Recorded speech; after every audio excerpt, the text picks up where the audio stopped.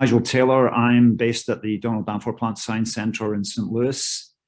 And part of my job there is to be PI of what's called the VRCA project, which I'm going to describe to you right now, our progress within the project for developing and delivering RNAi-mediated resistance to cassava brown streak disease. I'm hoping to illustrate to you the progress we've made and that we're really getting into a delivery phase now for these products, for these GM products. So the goal of the Virus Resistant Cassava for Africa project, we are a product development project. As I'll show you, we had some basic research early on in the project, but really now it's about the delivery, the product development delivery component. And this is our goal here. We want to deliver, aiming to deliver cassava varieties which are genetically enhanced to virus diseases. The main goal that we have for using the RNAi technology is to target cassava brown streak disease that is caused by two epomoviruses. For those of you who are not familiar, this is what cassava brown streak disease does to cassava, transmitted by whiteflies that we heard earlier on, and also, of course, by stem cuttings. When farmers take cuttings and plant, they will also be propagating the disease into the next cycle. And this is what you can see here on this storage route, for example. You can't eat this, you can't give it to your animals, you can't feed it, you can't sell it. It is a complete loss. Cassava brown streak disease is endemic across East and Central Africa, present in Southern Africa, and it's moving west. And it's threatening the cassava production in West Africa, the most populous regions. So we are an international multidisciplinary team. There's more than 50 team members across 5 countries. I'm not going to read all of this, but these are all the components, all the skill sets in the project. They have to come together for us to be successful and bring the technology, the regulatory, the communications, the gender components, and the delivery components.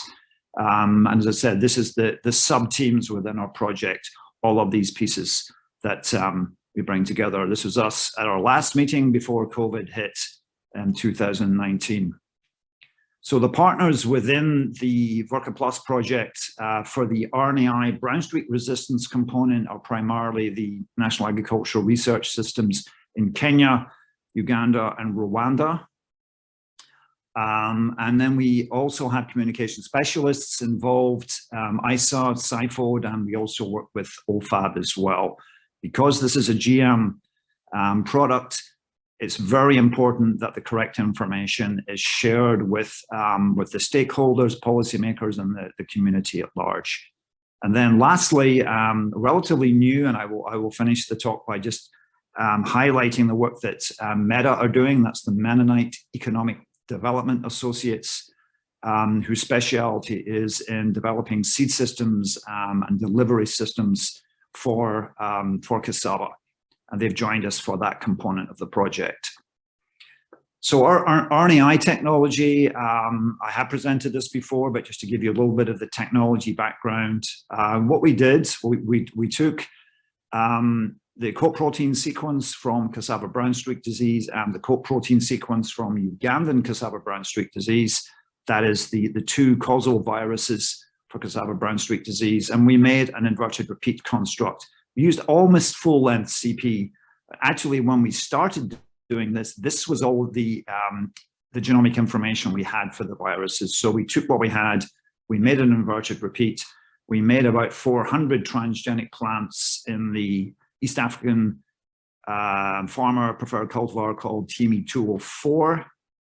And then we put them in the greenhouse and we did we graft challenged these with infected materials. We took our transgenics and we grafted buds carrying brown streak into them. And these are 12 weeks later cross sections of little storage roots about the size of your thumb produced in the greenhouse. Here we can see heavy disease in the non-modified TME 204 and disease-free storage roots in the transgenic.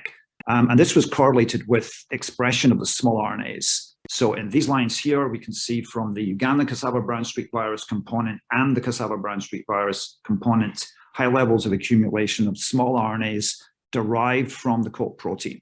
So these are transgenically derived. I can tell you now from experience, this plant will be resistant in the field, so will this one.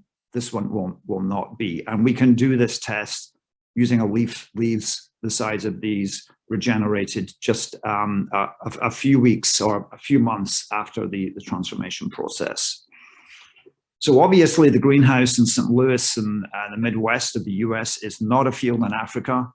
So we field tested, we took our 25 best transgenic lines, transgenic events, put them in field, pretty large experiment, about 50,000 data points.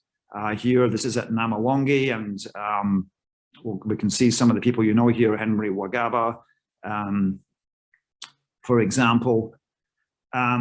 We published this, so I won't go into the details, but this summarizes it here. From that field, which had high disease pressure, lots of whitefly, the non-GM cassava looked like this. This is the TME204 control, 95% loss of marketable or usable yields. The Verca Plus, our RNAi lines, less than 2% loss in our best performing lines. And when we did PCR on these, we couldn't detect the virus in the storage routes. So this is really exciting. In this case, about a 20-fold increase in usable yields. Of course, if you were Bayer or Corteva, you got a 2 or 3% increase in yield, you'd be very excited. So this technology looks like it has very strong promise for controlling cassava brown streak disease in the field. We repeated that experiment down in Mtwapa near Mombasa, a very different agroecological environment, and the plants performed just as well. In fact, slightly better because the disease resistance is, the disease pressure there is relatively lower. So this I'm showing you here is kind of the classic trait discovery, product development, delivery to farmers pipeline for a GM crop. Here we did this work. A lot of what I showed you here was the greenhouse work, discovery, field evaluation. This was 2013, 15, 16. And we should then have been able to go through our confined field trials, multi-locational trials, regulatory data collection and application, and go forward. Life didn't work out like that. And I think as many of you know this story, we ran into a problem in that all of our transgenic plants had lost resistance to cassava mosaic disease. So that is the other major disease. So we had very good resistance to cassava brown streak disease, but our transgenic plants had lost resistance to cassava mosaic disease with the Gemini virus.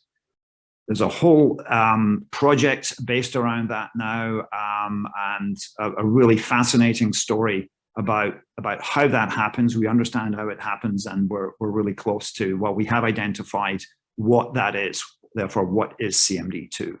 But anyway, while that was very interesting from a science point of view, from product development, we had to get a solution. So how were we going to combine cassava brown streak resistance from the GM trait with resistance to CMD?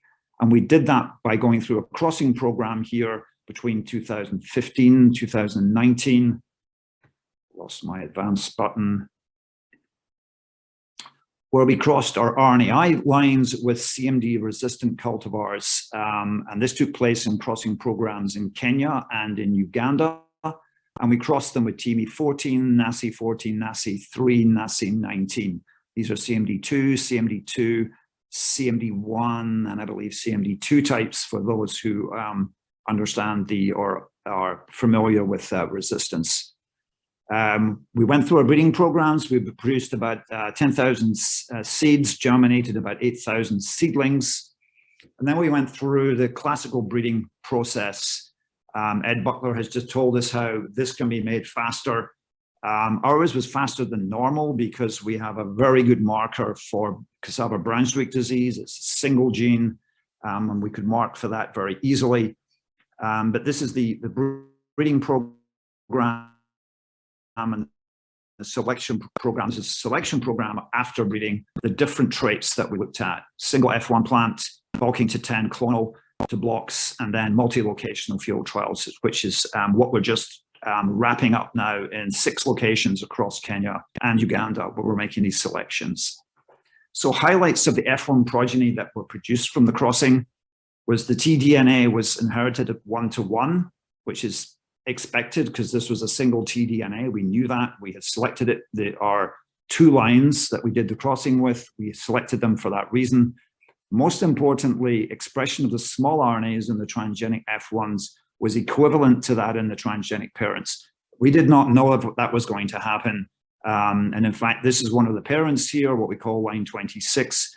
These are 5 of the crosses, TME14, with that line, and we can see expression of the small RNAs. These are the active molecules that will impart the resistance, are also in the F1. That was very, very exciting for us because this had not been done before, a crossing program with transgenics like this in Cassava. CMD2 was also inherited 1:1. That's expected because of this as a CMD2 type parent.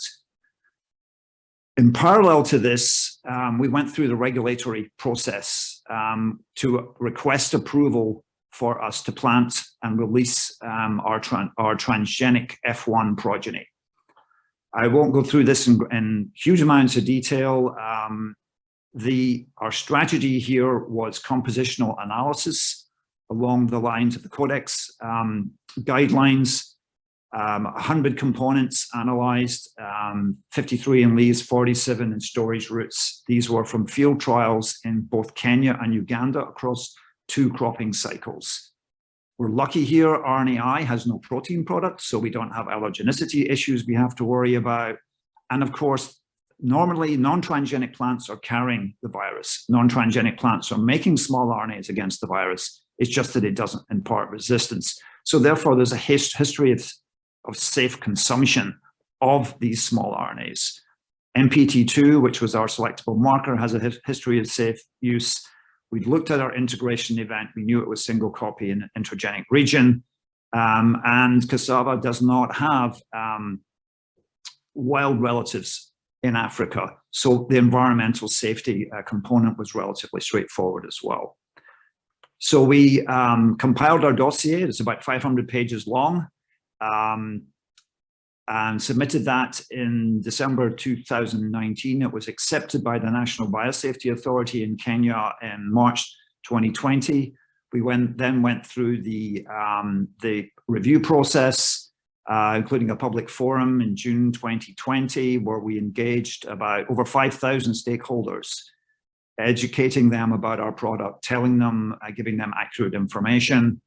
And then in June of last year, the National Biosafety Authority issued its approval decision and approved what we're calling Event 4046 and its progeny as safe for food, feed, and environment. And what this now allows us to do is to go forward to national performance trials in Kenya. So overall, you have just over 2 minutes. Okay, Doc, thank you. We're almost finished. Thank you. We have about 26. We've completed about 26 field trials, 7 locations across multiple years, and these lines are still holding up very well. For example, here is one of our events. Here in the field, harvested in Uganda a few months ago, with symptoms at 0% or very, very low, with low disease severity. We've also selected our events not just for disease resistance, but for all the other components that that farmers want: yield, dry matter content, starch, plant architecture, texture. And these are the performances indexed by, I know Williams is on the call. This is from his teams, indexed the equal or better than NAROCAS1, NACI19, for example. So these fit farmer needs as well as disease resistance. We're now going through, we're now entering the national performance trials, and I'll just finish with this slide here to say that we're also developing a seed system based on cassava seed entrepreneurs who will propagate the Verca Plus products and then disseminate these, sell these to farmers. The farmers will then come back and buy more and generate a economically self-sustaining delivery system. And this is modeled on the seed system developed by Meta in Tanzania and in Nigeria, which are ongoing and functioning now. So I will finish there just by leaving the summary up. And also thanking many of the people. I obviously did not do this myself, and this is a large team from the different partners in East Africa. So thank you.